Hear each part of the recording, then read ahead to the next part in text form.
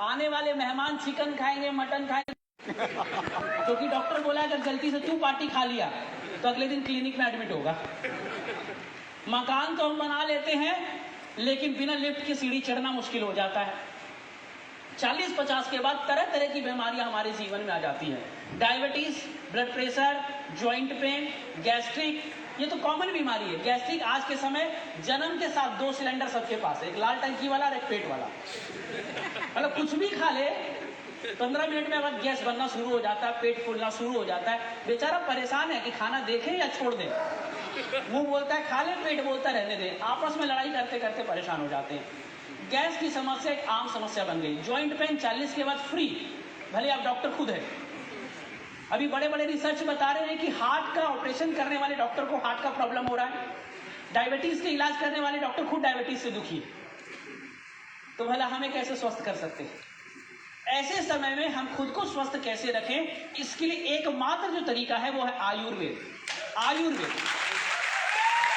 जो बीमारी से मुक्ति का रास्ता नहीं बताता, आयुर् मतलब जीवन, एक स्वस्थ जीवन जीने का वेद, ज्ञान। ये बीमारी से मुक्ति का रास्ता नहीं बताता, ये स्वस्थ जीवन का रास्ता बताता है। और यही आयुर्वेद है जिसको हमारे पूर्वज खाते थे और 100 साल के आगे जीते थे, निरोग जीते थे। यही आयुर्वेद है जिसको हमारे बच्चे खाते थे। यही आयुर्वेद है जिसको हमारे ऋषि मुनि खाते थे। यही आयुर्वेद है जिसको महाराणा प्रताप जैसे व्यक्ति खाते थे। 70 किलो का भाला, 70 किलो का ढाल भी लेकर के चला करते थे। अब तो 5 किलो का सब्जी लेके चलने लायक नहीं बचे। हेलो, स्वस्थ रहना चाहते हैं? आप में से कितने लोग चाहते हैं मेरा बच्चा आगे जाके डायबिटीज का बीमारी पड़ जाए? सुन तो लो पूरा टॉपिक। आप में से कितने लोग चाहते हैं मम्मी पापा आगे जाकर के उनको हार्ट का पेशेंट बन जाए? मैं पिछले बार भी बोला था, आज भी बोलूंगा, ये ड्रीम होना चाहिए कि बच्चा डायबिटीज का बीमार ना बने। ये ड्रीम होना चाहिए मेरा बच्चा डॉक्टर बने, इंजीनियर बने, लेकिन हार्ट पेशेंट ना बने। ये ड्रीम होना चाहिए मेरा बच्चा बड़े से बड़े आमदनी करे लेकिन रोगी ना बने। और हम आजकल क्या कर रहे हैं, एक डायबिटीज माँ पिताजी डायबिटीज बच्चे को जन्म दे रहे हैं। हेलो, थोड़ा साउंड में ईगो कम करिएगा। आज ज्यादा बीमारी सबके लास्ट में लिखा रहेगा हेरिडिटी, अनुवांशिक, परिवार में था इसलिए आपको हो गया। और कम करेंगे ईगो, यानी डायबिटीज माँ पिताजी डायबिटीज बच्चे को जन्म दे रहे हैं। हार्ट के पेशेंट वाले माँ पिताजी हार्ट के पेशेंट वाले बच्चे को जन्म कर रहे हैं। तेरे को मैंने प्रॉपर्टी में दे रखा है बीमारी, ले दवा खाते रहना। एक जॉइंट पेन वाला, एक गैस्ट्रिक वाला, भाई साहब थोड़ा सा तो बैलेंस करिएगा। थायराइड, अगर माँ पिताजी को थायराइड है, मतलब बच्चा माइंड सेट करके प्रिपेयर होकर पैदा हुआ है कि थायराइड हो सकता है। तो आजकल हम इस संपत्ति में नहीं दे रहे हैं क्या? पहले घर देते थे, गाड़ी देते थे, बंगला देते थे, फिर बीच में लोन देने लगे, और आजकल बीमारी दे रहे हैं। क्या बोलते हैं उसको? आपको वंश में क्या बोलते हैं उसको? वंशानुगत नहीं, जो देते हैं ना वसीयत में पहले घर गाड़ी बंगला देते थे, फिर धीरे धीरे लोन देने लगे, अब बीमारी दे रहे हैं। थायराइड वसीयत में, डायबिटीज वसीयत में, ब्लड प्रेशर वसीयत में, गैस्ट्रिक वसीयत में। भाई साहब क्या कर रहे हो? क्या कर रहे हो? इसलिए सबसे ज्यादा जरूरी ये नहीं है, और कुछ माइंड सेटिंग बन रहा है। 40 के बाद ये सब कॉमन है। इंपॉर्टेंट ये नहीं कि 40-50 के बाद ये कॉमन है। इंपॉर्टेंट है, एक ईमानदारी से बात कर रहिएगा, जितनी लेडीज है मैं उनसे पूछ रहा हूं, अगर आपके हस्बैंड इनकम करे हर महीना 100 रुपए खाली पड़ोसी को दे दें, मजा आएगा? आप बोलोगे सर बाल वगैरह कुछ नहीं बचेगा सर का। तो आपके हस्बैंड और आप जो इनकम कर रहे हैं, हर महीना कुछ पैसा जाके डॉक्टर साहब को दे दे रहे हैं। कोई रिश्तेदार है क्या? हर साल कुछ पैसा निकालकर फिक्स डॉक्टर के पास जा रहा है। उस पैसे को रोकना है, वो लीकेज को रोकना है। वो आपके बच्चे के भविष्य के लिए है, वो आपके मकान के लिए है, वो आपके बच्चे की पढ़ाई के लिए है, वो आपका जेवर का पैसा था, वो आपके घर मकान में टाइल्स लगने का पैसा था, जो हर बार थोड़ा थोड़ा करके डॉक्टर के पास जा रहा है। और एक एक आदमी 3-4 तरह के खर्चा करा रहा है। डायबिटीज के लिए अगले महीना जाएगा, थायराइड के लिए फिर दूसरे डॉक्टर के पास, फिर ब्लड प्रेशर के लिए तीसरे डॉक्टर के पास, जॉइंट पेन के बाद चौथे डॉक्टर के पास। एक आदमी 4 डॉक्टर का पेट पाल रहा है। मतलब एक बीमारी के साथ तो खुशी नहीं है। और आजकल स्टेटस सिंबल बन रहा है। अगर 40-50 के बाद 10 बूढ़े बैठ गए हैं, अगर उसमें से 4 लोग बोल रहे हैं मेरे को तो डायबिटीज है, कल ब्लड प्रेशर इतना बढ़ गया, और तीसरा आदमी अगर कुछ नहीं बोला, इसका मतलब ये निकम्मा है। अगर इसको डायबिटीज नहीं है, ब्लड प्रेशर नहीं है, थायराइड नहीं है, स्ट्रेस नहीं है, डिप्रेशन नहीं है, मतलब ये निकम्मा है। तो आजकल स्टेटस सिंबल बन गया। पता है मेरा कल ब्लड प्रेशर 170 था, अच्छा मेरा तो 200 चला गया था। आजकल डायबिटीज का बताना स्टेटस सिंबल बनता जा रहा है। वाह क्या स्टेटस सिंबल है।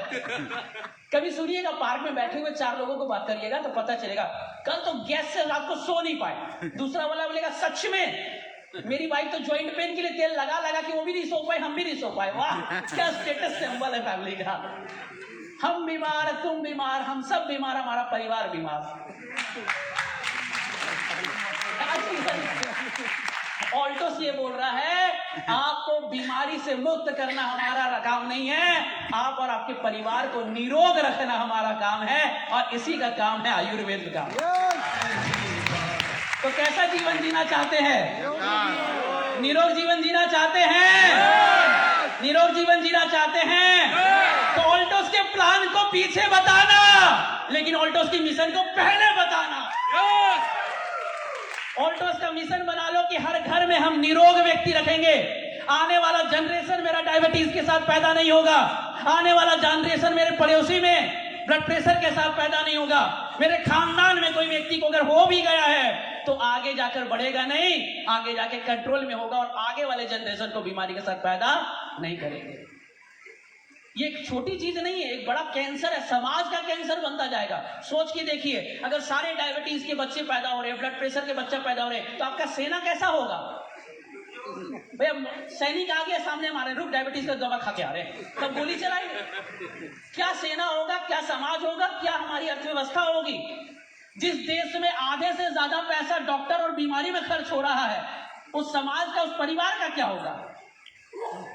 तो हम आपको स्वस्थ और जीवन में स्वास्थ्य जितना कॉन्फिडेंस देता है ना, एक स्वस्थ लाइफ, एक शरीर जब चंगा रहता है, जितना कॉन्फिडेंस देता है ना, उतना कॉन्फिडेंस कुछ नहीं दे सकता।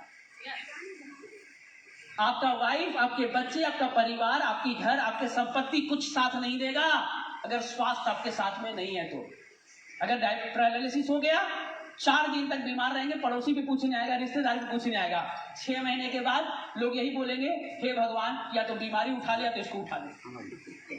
और दूसरे की छोड़ो, रोगी इंसान खुद को भी यही प्रेयर कर रहा होगा, हे भगवान या तो बीमारी से मुक्ति दिला या तो इस जीवन से मुक्ति दिला दे। तो आप चाहते हैं निरोग रहने के लिए? ऑल्टोस इसमें आपके साथ में है, आपके इस मिशन में आपके साथ में है। स्वागत करता हूं ऑल्टोस के इस मिशन में, जिसका स्लोगान है health is life. Health is life, जो हम आपको स्वास्थ्य जीवन देना चाहते हैं। बीमारी की अगर बात करें तो डाटा मैं आपके साथ शेयर करना चाहूंगा प्लीज। हार्ट अटैक, हर 4 में से एक, हर मिनट में 4 आदमी हार्ट अटैक से डेथ कर रहे हैं। तो आंकड़े पुराने हो गए। अभी बीच में न्यूज आया था, 7 साल का बच्चा दिल्ली में हार्ट अटैक हुआ, पिछले महीने की कहानी है। रीजन क्या है? बच्चे सुबह उठ रहे हैं, केवल दूध पी के चले जा रहे हैं स्कूल, वो भी नहीं पी रहे। स्ट्रेस बच्चों का, टेंशन, मम्मी की पढ़ाई प्रेशर, ट्यूशन का प्रेशर, पापा का प्रेशर, स्कूल का प्रेशर, पढ़ाई का प्रेशर अलग। बच्चे जो खेल रहे थे आजकल वीडियो गेम खेलने लगे, स्पोर्ट्स एंड आउटडोर गेम्स खेलना बंद हो गया। खाने में burger, pizza, fast food, junk food ने कवर कर लिया। यानी खाना खराब, स्पोर्ट्स खराब, बच्चों का खेलना खराब, स्ट्रेस बढ़ गया। 7 साल का बच्चा, 9 साल का बच्चा हार्ट अटैक से मर रहा है। थायराइड, 9 साल के अंदर थायराइड होने स्टार्ट हो गए। तो हार्ट अटैक बढ़ती जा रही है। हर 4 में से एक व्यक्ति डायबिटीज का मरीज है। हर 4 में से एक व्यक्ति डायबिटीज का मरीज है। स्ट्रेस, तनाव, डिप्रेशन, ये सब तक फैशन जैसी बीमारियां बढ़ती जा रही है। मोटापा धीरे धीरे बहुत तेजी से बढ़ता जा रहा है मोटापा। नेक्स्ट, 80 करोड़ से ज्यादा लोग जॉइंट पेन के शिकार हैं। जॉइंट पेन, जैसे मैंने कहा, 40 के बाद जॉइंट पेन कॉमन होती जा रही है। 80% से ज्यादा लोग जॉइंट पेन के शिकार हैं। Jaundice, paralysis, high blood pressure, asthma, cholesterol, पता नहीं कितनी बीमारियां हैं। बीमारी का नाम देखा जाए तो पता चलेगा कि आपको इतनी सारी बीमारियां हर दिन हर समय कुछ नया नया नया नया हमारी लिस्ट में ऐड होता जा रहा है, ऐड होता जा रहा है, ऐड होता जा रहा है, ऐड होता जा रहा है, कम नहीं हो रहा है। आज से 15 साल 20 साल पहले अगर आपके बच्चे का जन्म होता था तो उसको जो टीकाकरण लगता था 6 या 7 लगता था, और आज जो टीकाकरण लगता है 15 साल तक टीका लगते जा रहा है, लगे जा रहा है, लगे जा रहा है, लगे जा रहा है, लगे जा रहा है, 15 साल तक टीका लग रहा है।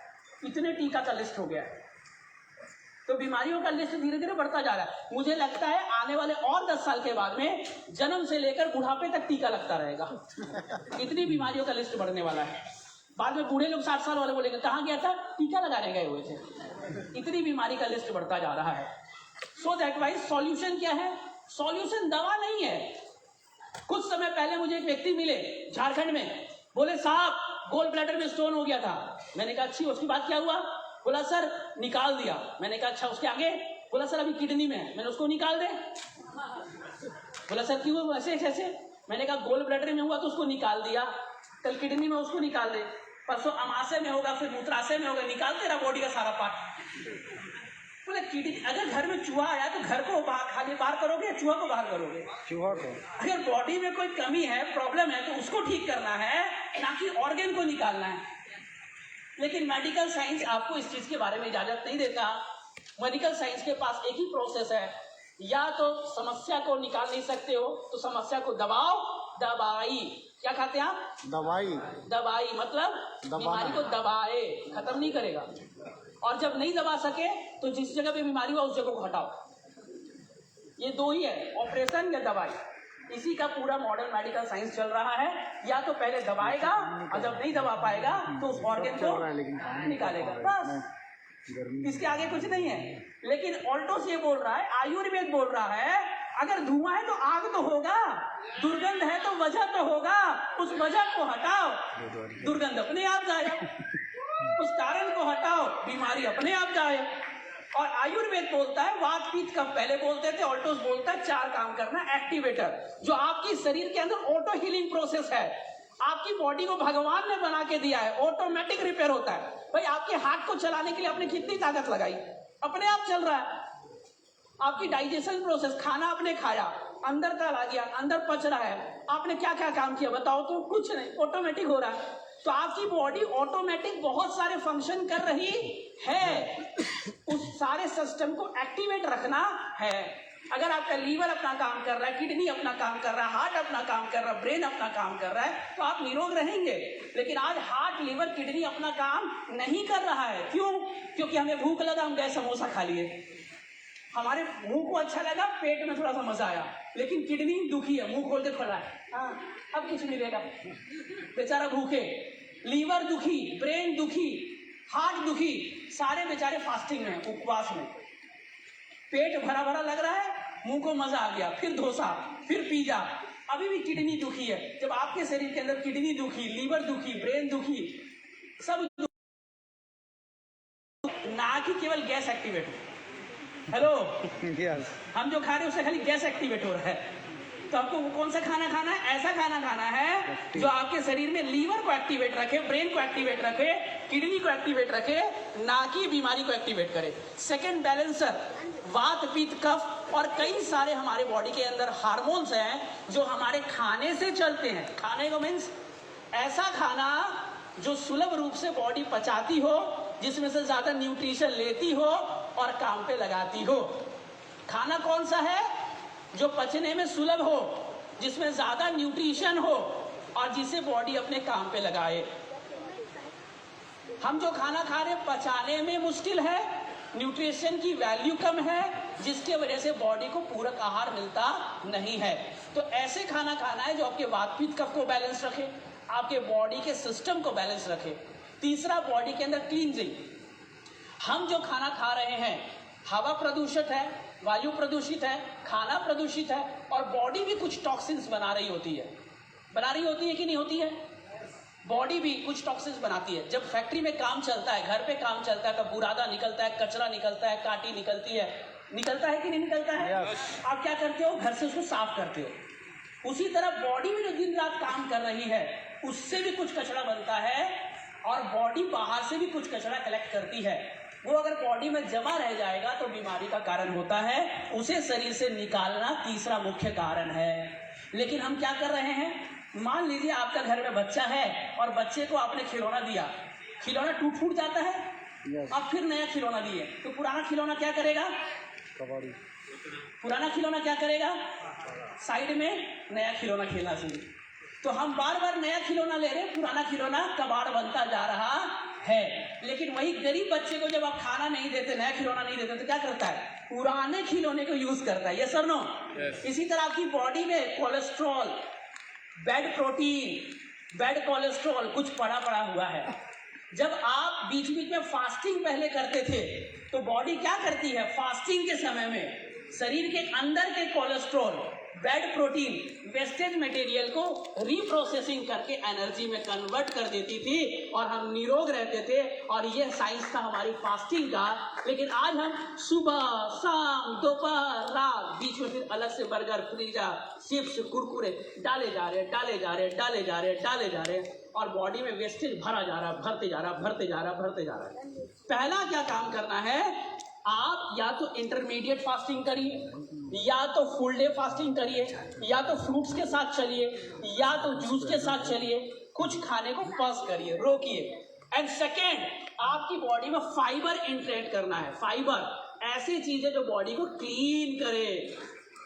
आपकी बॉडी में cholesterol, DHT, stone, toxins, ulcer, ये कोई बीमारी नहीं है, ये सब शरीर के अंदर जमा हुआ कचरा है। अगर कचरा साफ, बीमारी साफ। और इसके लिए क्या करना, तीसरा नंबर, क्लींजिंग। और जब एक्टिवेट करते हैं, बैलेंस करते हैं, क्लीन करते हैं, तो आपके शरीर के अंदर एक बॉडीगार्ड बैठा है। जानते हैं बॉडीगार्ड कौन है? कौन है? सलमान खान पिक्चर में तो वही था। तो हमारे शरीर का बॉडीगार्ड है इम्यून सिस्टम, हमारा रोग प्रतिरोधक क्षमता। जब खाना मिलता है तो वो तैयार है, व्हाइट ब्लड सेल्स, वो आपके बाहर के बैक्टीरिया को मार देता है। लेकिन जब उसको खाना नहीं मिलता है तो बोलता जाओ चोरी करना कर ले, मेरे को भी कुछ दे देना, मेरे को पेमेंट मिल नहीं रहा है। तो आप जब बॉडी एक्टिवेट रहता है, बैलेंस रहता है, क्लींजर रहता है, तो आपका इम्यून सिस्टम स्ट्रांग रहता है। और जब चारों सिस्टम आपका ठीक रहता है, आप एक निरोग जीवन जीते।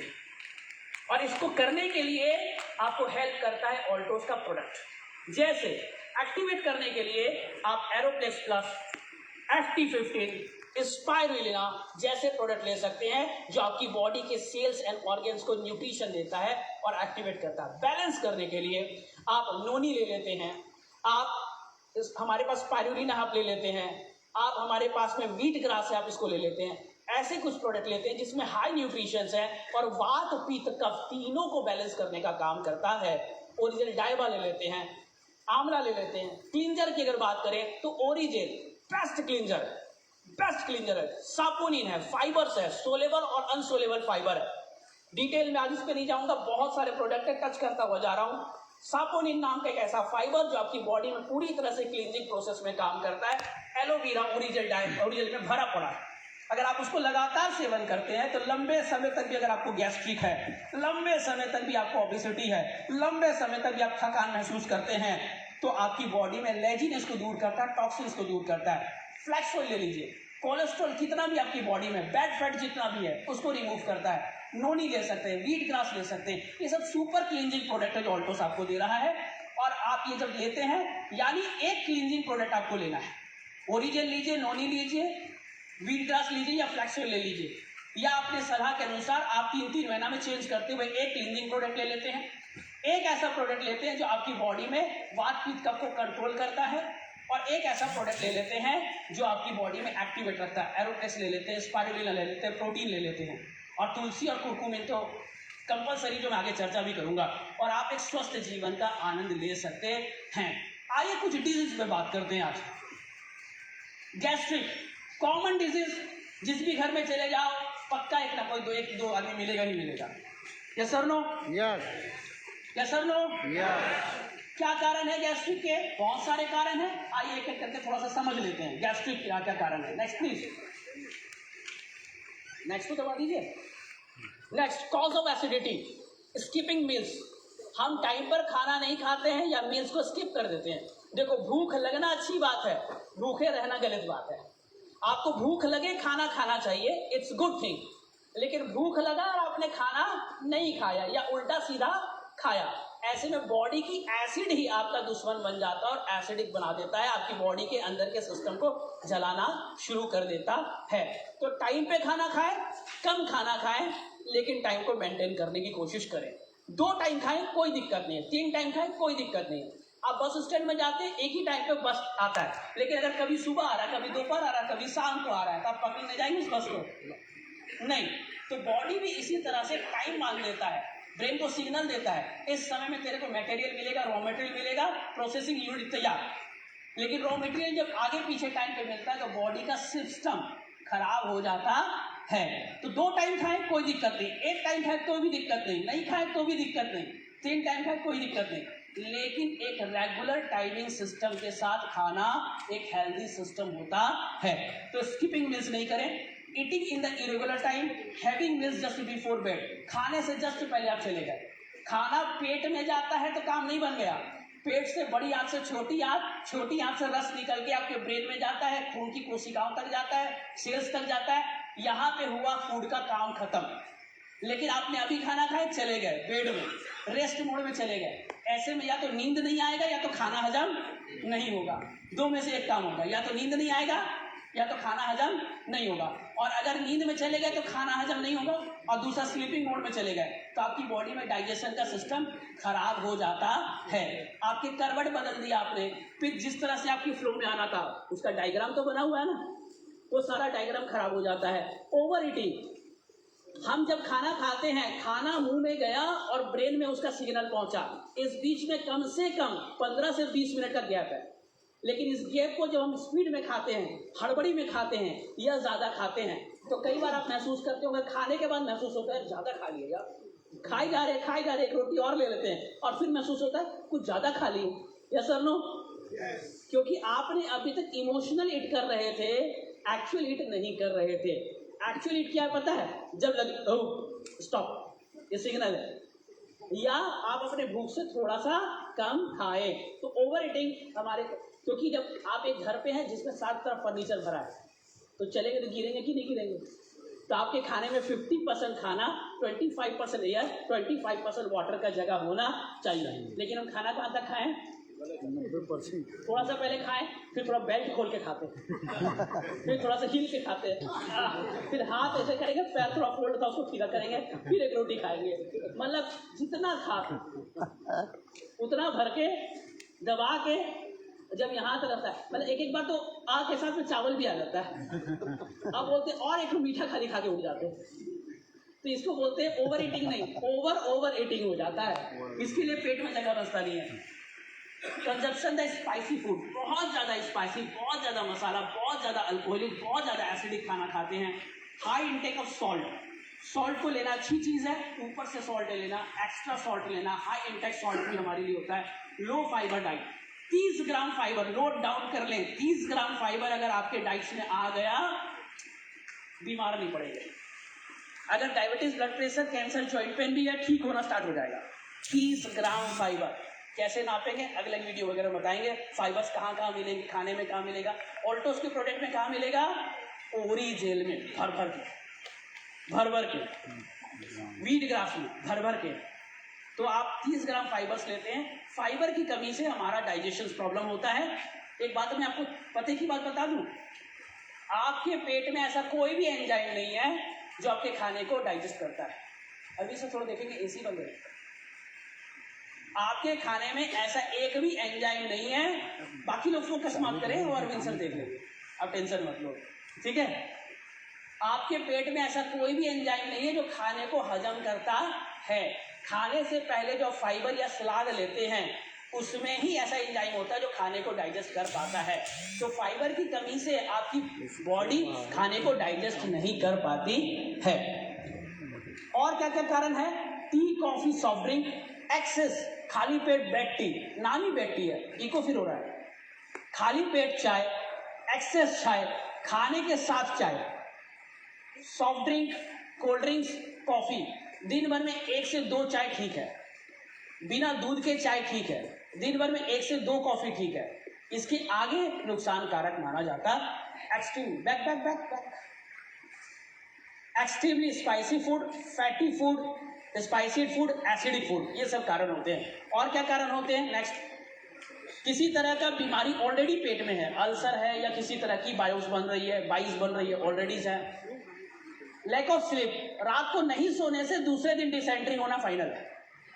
रात को नहीं सोने से बहुत सारे लोगों की आदत होती है रात को पढ़ाई करना, रात को डायरी का काम करना, रात को घर को साफ करना, रात को थोड़ा सा करना है ना, क्योंकि कोई डिस्टर्बेंस होता नहीं है, लेकिन ये आपके सिस्टम को खराब कर देता है। मैं आपको एक चीज बता दूं, रात के 10 बजे के बाद मेलाटोनिन नाम का एक हमारे दिमाग में हार्मोन्स बनता है, जिसको डार्क स्लीप हार्मोन्स भी बोला जाता है। ये डाइजेशन के लिए, बॉडी के हीलिंग के लिए काम आने वाला हार्मोन है, जो रात को 10:30 के बाद ही बनता है, जब आप डार्क स्लीप में जाते हैं। जब नहीं जाते तो नहीं बनता, जब नहीं जाते तो बॉडी का आपका हीलिंग होता नहीं है और बीमारी बनती है। तो स्लीप बहुत जरूरी है। डार्क स्लीप, अंधेरा करके साउंडलेस कर दे, आराम से सो जाए। फिजिकल एक्सरसाइज की कमी होना, पेट के लिए एक एक्सरसाइज जरूरी है जिसमें पेट की आंतों में खिंचाव हो। हम यहां से नीचे बैठ नहीं रहे और हम ऐसा कोई एक्सरसाइज कर नहीं रहे हैं जिससे पेट की आंतों में खिंचाव होता है। जब आप अपने बॉडी के वजन से थोड़ा सा ज्यादा वजन उठाते हैं तो बॉडी के मसल्स में खिंचाव आता है और हजम ठीक होता है। ये एक्सरसाइज की कमी भी आपकी एसिडिटी को बढ़ाता है। ज्यादा अल्कोहल, स्मोकिंग भी आपके एसिडिटी पे इफेक्ट करता है, नुकसान देता है। Next please. एसिडिटी से होने से क्या होता है? छाती में जलन, गले में जलन, बार बार गैस बनना, चेस्ट में पेन होना, खाने बाद हैवीनेस लगना, नींद नहीं आना, अनडाइजेशन की प्रॉब्लम, स्टूल जा रहे हैं तो बैड स्मेल आएगा, मुंह से बैड स्मेल आएगा, खट्टी ढकार आएगी, खाने का इच्छा नहीं करेगा। ये सब कारण है जिससे आपको पता चलता है आपकी बॉडी में एसिडिटी है। स्टूल क्लियर नहीं हो रहा है, स्टूल का टेक्सचर चेंज हो जा रहा है। स्टूल का texture means stool one slot में होना चाहिए, अगर कुछ चेंज हो जा रहा है इट्स मीन्स आपका स्टूल का टेक्सचर खराब है, मतलब पेट सिस्टम पूरा खराब है। तो ये सब कारण है जो बताता है कि आपको समस्या है। सर दर्द बार बार होना, गले में जलन सा महसूस होना, मुंह में बैड स्मेल का आना, खट्टी ढकार का आना, ये सब चीजें एसिडिटी का रीजन माना जाता है। सॉल्यूशन क्या है? तुलसी पावर खाली पेट सुबह शाम और बीच में जब मर्जी तब आप खाने पानी के साथ ले सकते हैं। खाने के साथ पानी ना ले, खाने के बाद 45 मिनट तक पानी ना ले, जमीन में बैठ के खाने की प्रोसेस करें अगर घर पे है तो। अब ऐसा नहीं कि मार्केट में जाएंगे और जमीन में लेके खा ले, घर पे हैं जमीन में बैठ कर शांति से आलती पालती करके बैठे, आराम से खाएं। खाने के 1 घंटा पहले पानी पी ले, खाने के 1 घंटा बाद पानी पिए। दोपहर और रात के खाने के पहले कुछ सलाद खाने की कोशिश करें, ग्रीन एंड सीजनेबल वेजिटेबल के साथ सलाद खाने की कोशिश करें। खाने के बाद अभी जाए, सिर्फ हमारे पास शुगर फ्री और विदाउट शुगर वाला भी है, विद शुगर वाला भी है, उसको आप ले सकते हैं। अभी जाए खाने के बाद तुरंत आपको फायदा देता है। टिप्स में आप अजवाइन, सौंफ को थोड़ा सा फ्राई करके अपने पास रख सकते हैं, खाने के बाद उसको बाहर में भी खा सकते हैं। घर पे अभिजाइन सेवन करें, बेहतरीन चीज है। ओरिजिनल सुबह और शाम 15 से 20 ml ओरिजिनल जरूर सेवन करें, जरूर जरूर जरूर सेवन करें। फाइबर रिच होता है, डाइजेशन में हेल्प करता है। स्वादिष्ट चूरन का सेवन आप कर सकते हैं, खाने के बाद स्वादिष्ट चूरन का भी सेवन कर सकते हैं। सप्ताह में 1 या 2 बार आपकी जरूरत के अनुसार कॉन्सॉफ्ट का सेवन कर सकते हैं, जो बचा कुचा जितना कचरा है उसको साफ करने का काम करता है। अगर आप इसका लगातार सेवन करते हैं और साथ में अगर बार बार